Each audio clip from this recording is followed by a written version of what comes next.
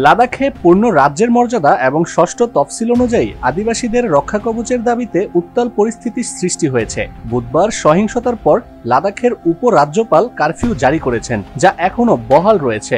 সহিংসতায় 4 জন নিহত হয়েছেন আর 50-এরও বেশি মানুষ আহত হয়েছেন, যার মধ্যে অধিকাংশই পুলিশ সদস্য। এই পরিস্থিতি মোকাবেলা করতে নরেন্দ্র মোদী সরকারের পক্ষ থেকে পরিচিত পথ অনুসরণ করা হচ্ছে, যার মধ্যে অন্যতম হল সোনাম ওয়াংচুকের গ্রেফতারি।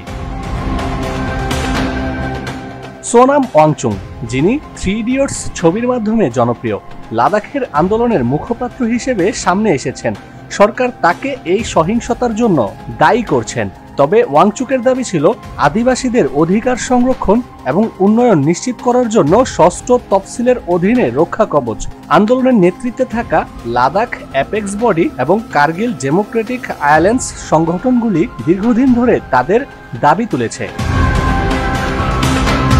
লাদাখের আন্দোলন বিশেষত তরুণ সমাজের মধ্যে ক্ষোভের কারণ হয়ে দাঁড়িয়েছে, কারণ সরকারের কাছ থেকে আশানুরূপ প্রতিক্রিয়া পাওয়া যাচ্ছে না। এর ফলে আন্দোলন সহিংস আকার ধারণ করেছে। সরকার যদি এই পরিস্থিতি ঠিকভাবে সামলাতে না পারে, তবে কাশ্মীরেও তার প্রভাব পড়বে, কারণ কাশ্মীরের যুব সমাজও লাদাখের আন্দোলনের দিকে নজর রাখছে।